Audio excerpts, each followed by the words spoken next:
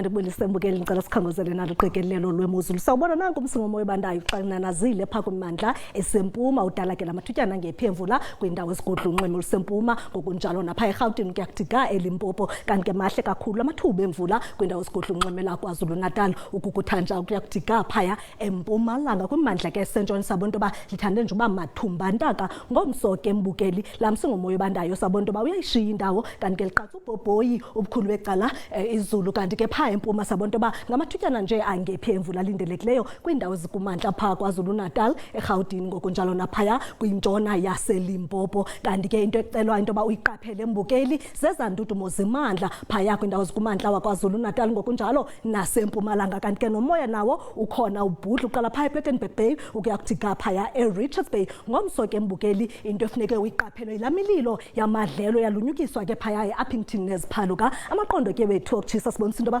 kuza kufudumala ubukhulu becala kwimandla esentshona kodwa ke ehla amaqondo ngesithathu phaya eSutherland ngelixa silindele u9 degrees eCalvin yangu 16 ofudumeleyo eUppington kanti ke nakwindawo esembindini thande nje ukufudumala kakuhle thanda ubanda ke ngenxa yalamsingomo yobandayo kwindawo ezikumantla wapha eMpuma Koloni sabonto bamaqondo betha phaya ko7 degrees phaya koRhafu ngelixa isibhozo phaya eKaladokhwe kanti ke ngo13 degrees phaya eWilsonia eHaven Hills amalinde eMonti phaya athathisa kamaqondo ngo17 phaya eThekwini ze ibe ngo18 eRichards Bay eGauteng ngokuhlanje silindele u14 kanti ke ngo19 ofudumeleyo liphalale ngokunjalo naseMusina ngomso ke mbukeli kuthande into balibelihle izulu kwindawo ezininzi ezisempuma Koloni kanti ke nakwindawo ezinkumntla mpuma welizwe lifudumele izulu kuyatshisa ke ngo33 Uppington kamnandi mawethu.